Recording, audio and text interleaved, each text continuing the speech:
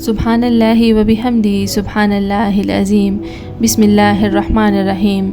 السلام علیکم دوستو، آج کی ویڈیو کا ٹاپک ہے 13 تیزی۔ کچھ لوگ ماہ سفر کے مہینے کو 13 تیزی کا مہینہ بھی کہتے ہیں۔ 13 تیزی کے مہینے سے مراد ماہ سفر کا مہینہ ہی ہے۔ 13 تیزی دراصل سفر کی 13 تاریخ کو ہی مشہور کیا گیا ہے۔ فرمان صدر الشریعہ بدر طریقہ حضرت علامہ مولانا مفتی محمد امجد علی رحمۃ اللہ علیہ سے یہ واقعہ ماخوذ ہے۔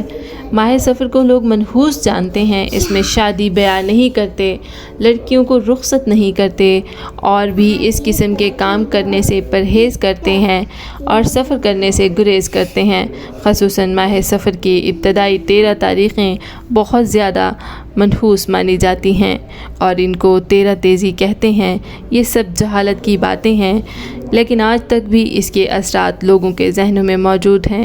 اس طرح کی کوئی بھی بات شریعت سے متعلق نہیں ہے، لہٰذا آپ اپنے ذہنوں کو صاف کر لیں، ایسی باتوں کو اپنے ذہنوں سے نکال لیں اور دین اسلام کے مطابق زندگی گزارنے کی کوشش کریں۔